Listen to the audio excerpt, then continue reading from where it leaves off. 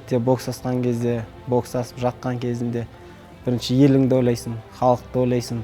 Міне біз халықтың атынан боксасып жатыр, қанша халық жанкүйер болып жатырмын. Еш аянбай тер төгем деп, намысты қолдан бермеймін деген сондай бір өзінде сезім болады, қуат болады. Рингке шыққаннан кейін ең басты мақсат жеңіс болады. Ол жеңіс үшін еш аянбай тер төгу үшін еңбек керек. Сол себептен мен үшін еңбек ең бастысы, еңбек. Еңбек болса жеңіс болады. Еңбек болмаса жеңіс болмайды. Оңайшылықтан келмейді. Адам баласы болғаннан кейін ойыңа әртүрлі нәрсе келеді.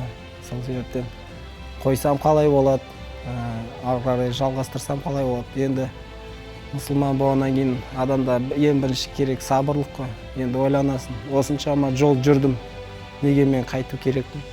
Енді бір сабырлық беріп, бір шыдамдылық танытып, еңбек етіп, жетістікке жетпей ма деген бір ой келгеннен кейін ары қарай қуаттанасың. Әрине үйде ата-анаң бар, жаныңа қуат беріп, баптап отыратын бапкерлер бар. Сол себептен солай айта аламын.